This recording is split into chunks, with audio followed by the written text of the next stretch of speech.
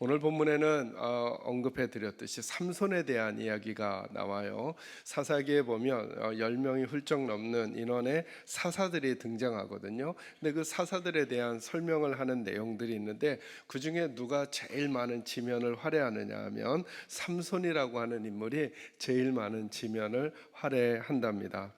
여러분, 어찌 보면 삼손은 어떻게 정의할 수 있냐면 하나님 앞에 복을 받은 사람이다라고 생각할 수 있겠어요. 왜냐, 그의 인생의 시작 자체가 복이었어요. 그는 기도를 통해서 태어난 사람이에요. 여러분, 이게 얼마나 복이에요. 그냥 제가 지금도 우스갯소리지만 김포 만남의 교회를 개척하신 우리 박준희 목사님이 저와 함께 부목사 사역을 하고 계실 때 이미 아이가 3명이 되어서 온 거예요. 그 큰애가 있고 쌍둥이 아이가 있는데 얼마 지나지 않았는데 목사님, 제 아내가 임신했습니다 그러는 거예요. 그래서 저도 또 너무 당황해가지고 어쩌다가, 그래 제가 어쩌다 그랬더니 또 우리 박춘희 목사님도 어쩌다가 그랬어요 그러는 거예요. 네, 맞아요. 어쩌다가 태어난 것보다 기도하다 태어난 게 은혜잖아요. 삼손은 엄마 아빠가 열심히 기도하면서 하나님 앞에서 나왔단 말이죠. 그러니 그게 얼마나 복이에요. 그것만 복이 아니라 하나님께서 태중에 있을 때부터 그를 나시린이라고 이렇게 선택하셨어요. 나시린의 여러 가지 의미들을 찾아볼 수 있겠지만 간단한 의미는 이거예요. 하나님이 구별해 놓으셨다는 거예요. 여러분, 이것도 얼마나 큰 은혜예요. 많은 사람들 중에 하나님께서 구별해 놓으셨다는 거. 저와 여러분도 이미 하나님께 구별된 사람들이잖아요, 그죠? 이사야 43장에 보면 하나님께서 그렇게 우리를 부르셨다 그랬죠. 지명해서 불렀다 그랬죠. 우리 어찌어찌 흘러다니다가 계산자유께 온 게 아니라, 어찌어찌 흘러다니다가 예수님 믿게 된 게 아니라 하나님이 지명해서 불러내셨다는 거예요. 그런데 아이러니하게도 13장부터 16장을 여러분 읽어보시면 이 사람처럼 복으로 누리지 못하고 살아가는 사람이 없는 것 같아요. 이 사람이 한 거라고는 어찌 보면 폭력배가 하듯이 자기 기분에 따라 사람들을 그냥 막 죽이는 거예요. 이걸 하나님 편에서, 그리고 우리 예수 믿는 사람들이라 그래서 막 미워하고 그러려는 의도를 가진 이들이 있을 수 있을지는 모르겠지만, 그냥 그 성경을 읽어보면 삼손은 어찌어찌 하다가 자기 마음에 안 맞으면 30명 죽이고, 자기 마음에 안 맞으면 1000명을 죽이고, 자기 마음에 안 맞으면 자기가 행했던 것들을 덮기 위해서 그냥 살아간 사람이라는 거예요. 그에게 눈이 없어요, 눈이. 그리고는 하나님이 주신 그 힘과 그 복으로 누리지 못하고 마지막에는 결국은 진짜 눈이 빠져요. 눈이 빠지고 다곤 신전을 무너뜨리면서 그의 인생도 끝이 나게 되는 내용이에요. 저는 이 이야기를 읽으면서 그냥 삼손의 인생을 딱 요약하면 하나님께 복을 받았지만 그 복을 복으로 누리지 못하고 살아간 사람이라는 생각을 하게 된 거예요. 그리고 이 이야기가 삼손만의 이야기가 아니라, 혹시 오늘 이 자리에 있는 저와 여러분, 목사가 된 저, 직분을 얻으신 여러분, 믿음을 가지신 여러분, 하나님께 물질과 건강과 일정 부분의 지위를 얻으신 우리들이 그 복으로 누리면서 살아가는가, 아니면 혹시 이 삼손처럼 허비하는 인생을 살아가고 있는 것은 아닌가를 점검하는 영적인 기회가, 그리고 왜 그가 복으로 누리지 못하며 살아가는지를 점검하는 기회가 되기를 주의 이름으로 축원합니다. 그럼 어떻게 주신 복을 복으로 여기며 살게 될까? 첫 번째로 아주 쉬운 얘기가 따라합니다. 복으로 여기자. 자, 다시요. 복으로 여겨야 합니다. 자, 이게 무슨 말이냐면, 우리는 물론 감사의 시즌이 다가오니까 더 그런 것 같은데요, 우리가 사실은 복으로 여기지 못하는 경우가 많아요. 그리고 그것이 없어져야만 내가 복을 누리고 있었다는 것을 알게 되는 것이죠. 여러분, 삼손은 정말로 복을 받은 사람이었어요. 여기 본문 먼저 한번 또 찾아볼게요. 13장 5절로 한번 와보시기 바랍니다. 여호와의 사자가 삼손의 부모에게 나타나서 하신 말씀이에요. 자, 5절 말씀 같이 읽어요. 시작. 보라, 내가 임신하여 아들을 낳으리니 그의 머리 위에 삭도를 대지 말라. 이 아이는 태에서부터 하나님께 바쳐진 나실인이 됨이라. 그가 블레셋 사람의 손에서 이스라엘을 구원하기 시작하리라 하시니. 아멘. 자, 7절도 한번 읽어볼까요? 읽습니다. 시작. 그가 내게 이르기를 보라, 아들을 낳으리니 이제 포도주와 독주를 마시지 말며 어떤 부정한 것도 먹지 말라. 이 아이는 태에서부터 그가 죽는 날까지 하나님께 바쳐진 나실인이 됨이라 하더이다 하니라. 아멘.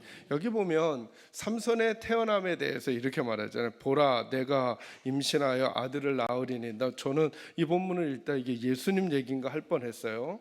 그 표현처럼 그 탄생의 이야기를 기록해주는 성경 인물들이 거의 없어요. 아브라함도 다윗도 그 탄생의 이야기를 해주는 인물들이 거의 없어요. 그런데 삼손은 태어날 때부터 하나님이 그를 구별되이 사용하겠다고 말씀해 주신 거죠. 그러면 그는 태어나서부터 하나님이 자기에게 복을 주신 걸 복으로 여겨야죠. 아주 간단한 것 같지만 저와 여러분은 어떤지를 한번 점검해 보는 거예요. 몸이 아프기 전에 내가 내 건강을 하나님께 복으로 여기고 있었는가? 내가 가정을 꾸려 살아가는 걸 복으로 여기고 있었는가? 하나님이 내게 자녀를 주신 것을 복으로 여기고 있는가? 하나님께서 내게 부모님을 허락해 주신 걸 복으로 여기고 있는가? 하나님께서 우리 교회를 허락해 주신 것을 복으로 여기고 있는가? 하나님께서 내게 직분을 허락해 주신 걸 복으로 여기고 있는가를 먼저 점검하는 거예요. 어떻게 주신 복을 복으로 누리면서 살아갈 수 있게 될까? 복을 복으로 여기는 것에서부터 시작될 수 있다고 하는 거예요. 근데 많은 경우 우리는 복을 복으로 여기지 않아요. 복이 복인지를 몰라요. 그러면 그 안에 감사가 사라지게 되고 바른 하나님의 백성의 태도와 자세가 없어지게 되는 것이죠. 어쩌다가 내가 이런 아내를 만났을까? 어쩌다가 내가 이런 남편을 만났을까가 아닌 거죠. 내게 그 남편과 아내를 주신 게 얼마나 놀라운 복이에요. 그래서 제가 늘 제 아내에게 그걸 알려줘요. 당신은 무슨 복이 많아서 날 만났지? 네. 제가 늘 깨우치라고 제가 알려줘요. 당신은 무슨 복이 많아서 날 만났지? 그래서 제 아내가 늘 저한테 그러죠.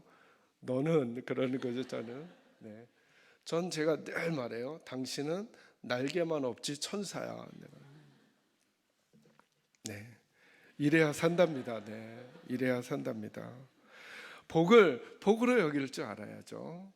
근데 여러분 생각만 해보셔요. 내가 지금 허락해 주신 것을 복을 복으로만 여겨도 저희 마음이 따뜻해지고 저희들의 태도와 자세가 달라져요.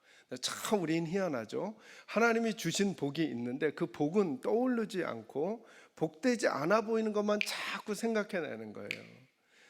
여러분 그것만 생각해도 지금 마음이 답답해지고 딱딱해지고 날카로워지죠. 여러분 복을 복으로 누리며 살아가려면 복을 복으로 여기시기를 주의 이름으로 축원합니다. 두 번째는 이거예요. 왜 삼손이 하나님이 주신 복을 누리지 못하며 살아갔는가? 두 번째는 이겁니다. 한번 따라합니다. 자신의 자리를 지켜야 합니다. 여러분 이 삼손의 그 구별됨이 뭐라 그랬어요? 나실인이라 그랬죠. 나실인은 성경에 세 가지를 절대 하면 안 되게 돼 있어요. 그러니까 다른 사람들이 쉽게 할 수 있는 일인데 절대로 이 일만큼은 하지 말라고 하는 하나님의 기준이 있어요. 여기 사사기에도 이렇게 언급이 돼요. 포도주를 먹지 말라는 거, 그리고 뭐 하지 말라는 거, 머리를 자르지 말라는 거. 또 하나가 있어요. 뭘까요? 시체에 손을 대지 말라는 거예요. 그 본문 확인하고 올게요. 어딜 보시냐면 본문 표시하시고 민수기 6장으로 한번 와보셔요. 6장 3절에서 8절입니다.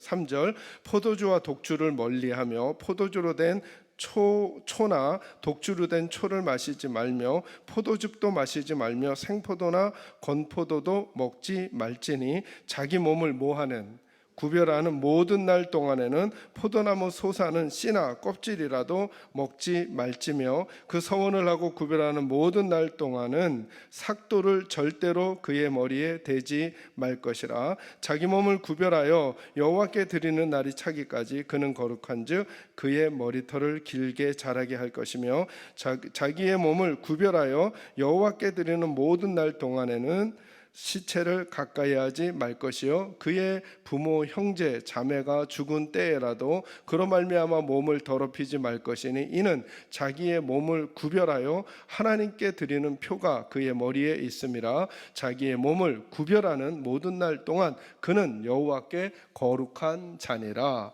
아멘. 자, 여러분 나실인 이야기하니까 제일 많이 나오는 단어가 뭐예요? 구별이라는 단어죠. 누구에게? 하나님께 구별된 사람이 되어야 한다는 거예요. 그러니까 어찌 보면 저와 여러분도 영적인 나실인이죠. 그러니까 늘 우리들 속에 이런 마음이 있어야 돼요. 나는 영적인 나실인이다 라고 하는 걸 생각하고 한 단계 더 나가면 누구에게 구별되어야 하는 거예요? 하나님께 꼭 구별되어야 한다. 오늘 이 교를 받으시는 분들도 그 마음 가지셔야 돼요. 내가 오늘 또다시 하나님 앞에 점검한다. 나는 누구에게 구별되어야 한다. 하나님께 구별된 사람으로 살아야 한다. 그런데 그 육적인 나실인들이 지켜야 되는 구별점이 세 가지 있었다는 거예요. 뭘 마시지 말고, 포도주를 마시지 말고, 심지어 가까이 하지도 말고 포도를 먹지도 말라고 하셨다는 거예요. 두 번째, 뭘 하지 말라는 거예요? 머리에 삭도를 대지 말라는 것. 세 번째는요, 시체를 만지지 말라는 거예요. 네, 여러분 아십니까? 삼손이 그것을 하나하나 다 어겨가기 시작합니다. 다시 말하면 사사기 14장 10절 말씀 보면 그가 잔치를 베풉니다. 당연히 잔치를 자기가 그러니까 나실인인데 자꾸 이 사람이 이방 지역에 가서 림나라고 하는 여인을 아내로 삼으려고 해요. 그러면서 잔치를 베풀어요. 잔치를 베푸니까 당연히 뭐가 같이 있겠어요? 포도주가 같이 있겠죠. 잔치를 일주일 베풀어요. 그런 일들을 반복하면서 산답니다. 하나님 앞에 하나님이 정해주신 기준을 가벼이 여겨요. 이 표현 기억하셔요. 구별되이 살아야 될 사람들이 하나님의 기준을 가벼이 여겨요. 자기가 하고 싶은 것을 하기 위하여. 그럴 뿐만 아니라 여러분 아시죠?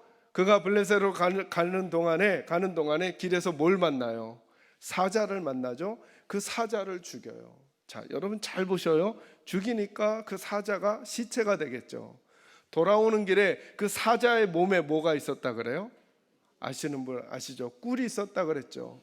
그래서 여러분 우리는 그냥 넘어가지만 사실은 그게 뭘 만진 거예요? 시체에 있는 꿀을 먹었다 그랬잖아요. 그러니까 그가 시체 만지는 것도 가벼이 여겼어요. 그에게는 나실인이라고 하는 의식이 없었던 거죠. 마지막에 사사기 16장 16절에서 17절에 보면 그가 들릴라에게 알려주죠. 내 힘은 어디에서 나온다고요? 여러분 이 아이러니를 잘 주목하세요. 힘은 머리에서 나와요? 힘은 누가 주셔요? 하나님이. 그가 포도주를 마시고 그리고 시체를 만지고 이제 나실인의 기준 중에 하나 지키고 있었던 게 뭐예요? 머리에 칼을 대지 않는 거였어요. 근데 그가 그것을 알려줘 버려요, 들릴라에게. 그리고는 이제 자기 머리에 뭐가 닿아요? 칼이 들어서 머리카락을 자르죠. 여러분 머리카락이 잘려서 힘이 빠진 걸까요? 아니면 나실인의 기준을 모두 다 저버렸기 때문일까요?를 한번 생각해 보는 거예요. 여러분 우리 이런 적 있죠? 하나님 앞에 범죄했는데 바로 발이 부러지든가요? 안 부러지든가요? 자, 같은 업계에 있으니까 편안하게. 하나님께 잘못했더니 다리가 분질러져요? 안 분질러져요? 그럼 우리 마음에 이런 생각이 드는 거죠. 아, 구별되이 살라고 하는데 구별되이 살지 않아도 내게 아무런 일도 일어나지 않는구나. 삼손은 이렇게 생각했어요. 내 머리의 힘은 머리카락에 있지, 내 머리카락만 지키면 되겠지 생각했어요. 근데 하나님은 아니셨어요.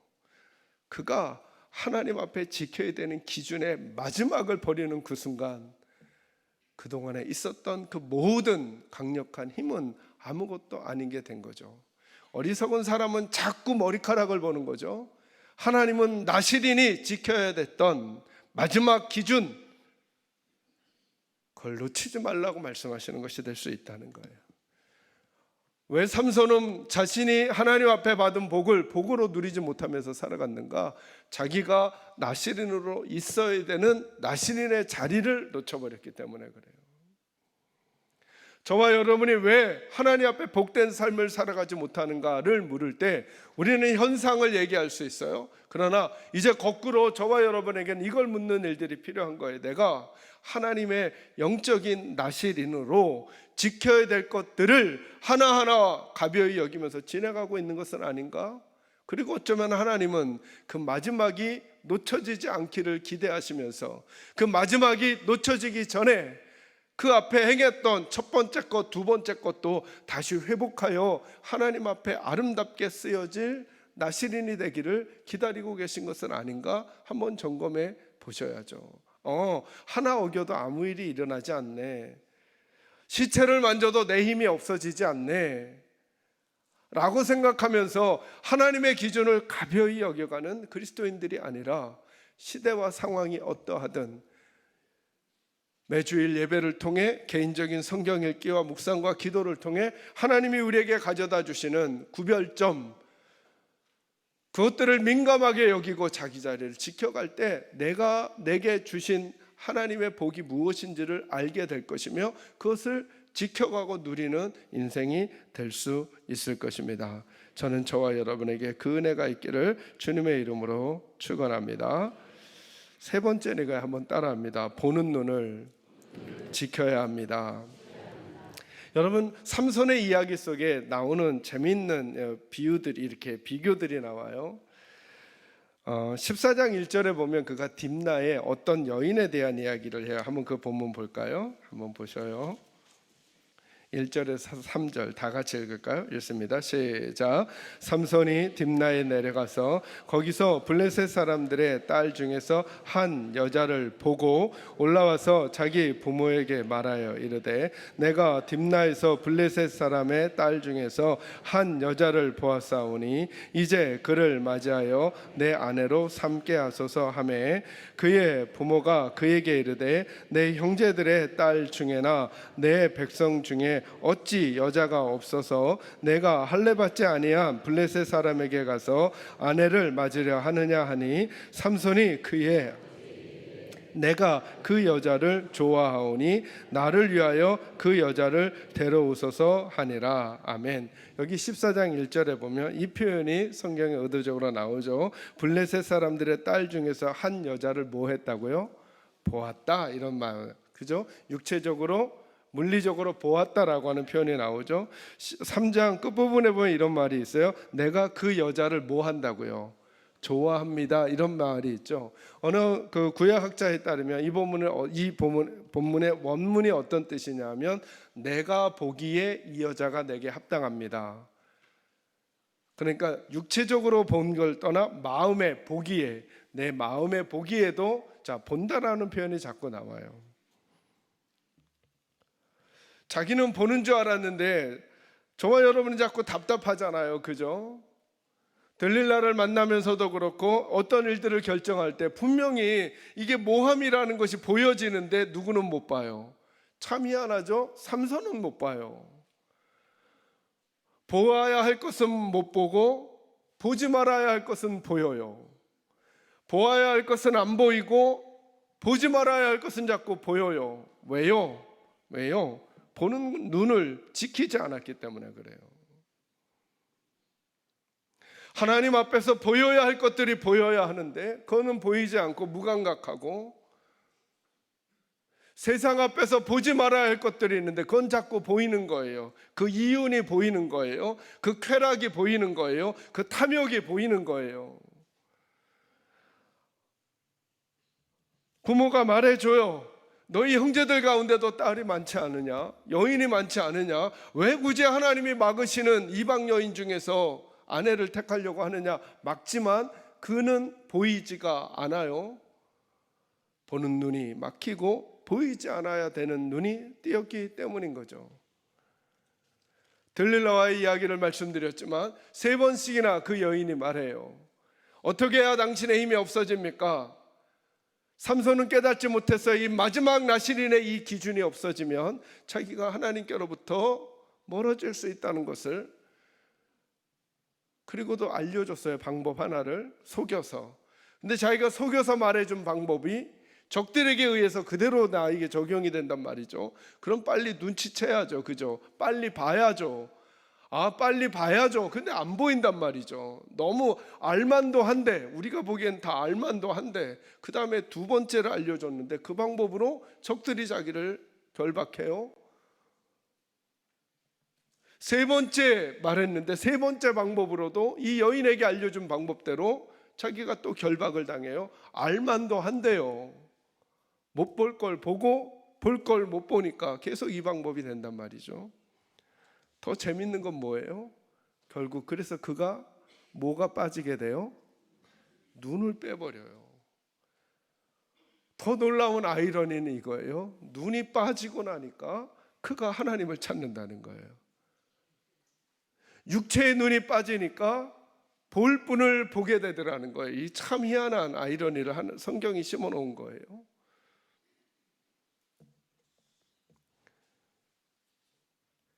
그는 자기 보기에 좋은 대로 행해요.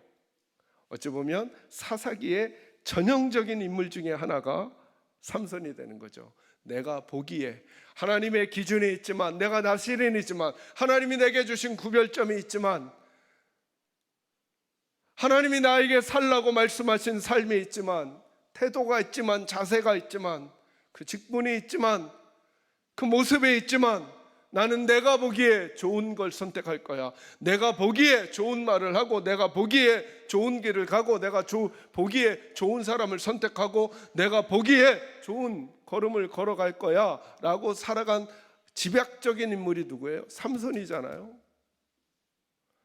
왜요? 그는 그렇게밖에 볼 수 없었어요. 자기 보기에 좋은 걸 선택하니까.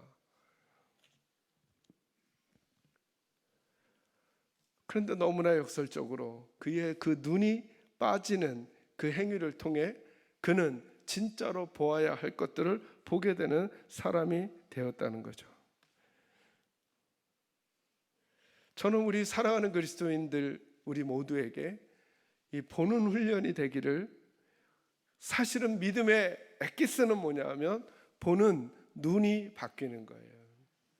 내 눈으로 보던 돈, 내 눈으로 보던 명예, 내 눈으로 보던 인생, 내 눈으로 보던 가정, 내 눈으로 보던 내 삶이 아니라 하나님은 어떻게 보시는가?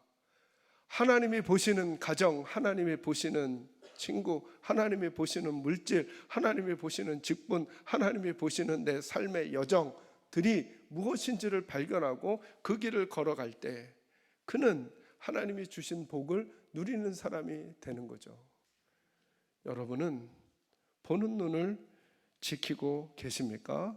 저는 저와 여러분이 그렇게 되기를 주의 이름으로 축원합니다. 어찌 보면 성경은 저희들의 눈을 자꾸 바꾸는 거예요. 그죠? 말씀을 묵상하면서도 저도 그런 생각이 들었던 거예요. 삼손의 힘은 머리에서 나오는구나.